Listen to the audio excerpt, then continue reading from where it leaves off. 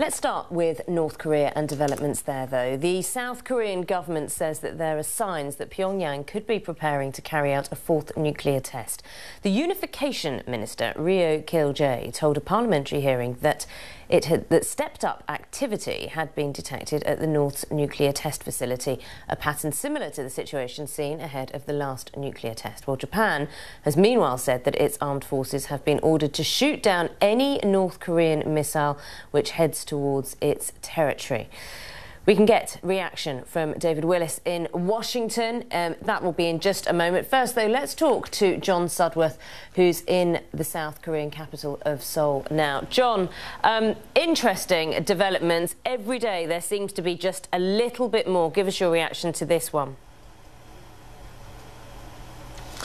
Well, of course, a fourth nuclear test by North Korea would be seen as extremely provocative and significant. What we heard today from Ryo Kil-jae, a senior South Korean minister with responsibility for North Korean policy, is that he couldn't comment on the specific intelligence, but when asked about a news report in one of this morning's papers that there was indeed stepped up activity at that main atomic testing site up near the Chinese border, he said that indeed there were those signs. What's unclear, though, at the moment, it seems, is whether those signs are being read as genuine preparations for nuclear testing or simply as a ruse designed to prolong and to precipitate this sense of military crisis. John, also, when you look at the reaction as well, Japan making very clear that it would shoot down any missiles that head towards its territory. China as well, surprising comments from it over the weekend. No one's sitting back and not taking notice, are they? Well, this is, as always, a very complex, triangulated set of geopolitical relations here, and everybody is trying to carefully calibrate their responses in line with everybody else and in response to everybody else. China, of course, doesn't want a nuclear crisis on the peninsula, but it also fears the American response. It doesn't like the US moving military assets into this region. America is trying to send a message of containment and deterrence to North Korea, while also trying to fall short of provoking it further. China wants to pressure Pyongyang, but it doesn't want to turn off the tap completely and precipitate a collapse. So in many senses, what you end up with is something that looks like North Korea has everybody dancing to its own tune. As always, it is able to play a very weak military hand to its extraordinary advantage. It certainly is an interesting dance. John, thanks for the moment. Let's go over to David Willis, who's in Washington. David, John there just talking about the message that the United States is giving. It's cautious but firm.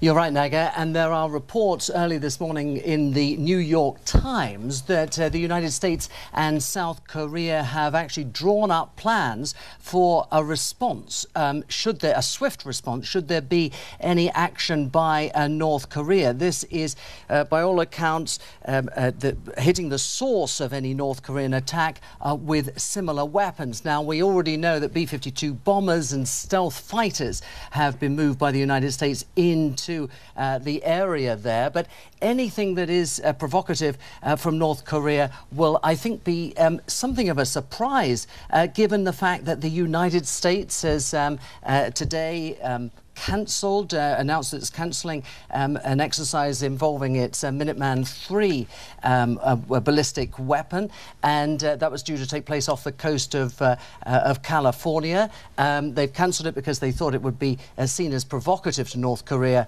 in the current climate. And of course, the sign of the US concern is the fact that the top military official in South Korea at the moment, James Thurman, who was due to come back and give evidence to Congress this week about the crisis on the Korean Peninsula, has been told to stay put in Seoul. Still some encouraging signs. As I mentioned before, China warning North Korea not to escalate tensions. That's quite a good sign, perhaps, and also in reaction to the postponement of that missile test that you mentioned.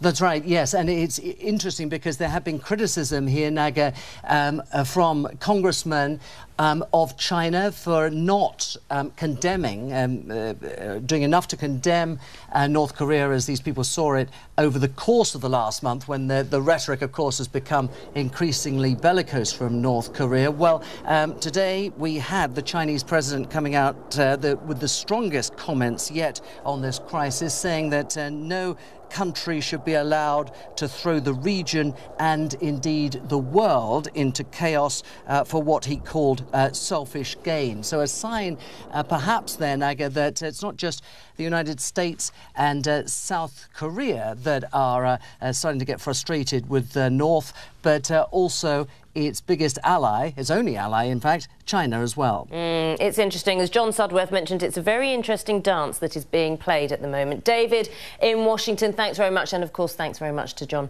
in Seoul.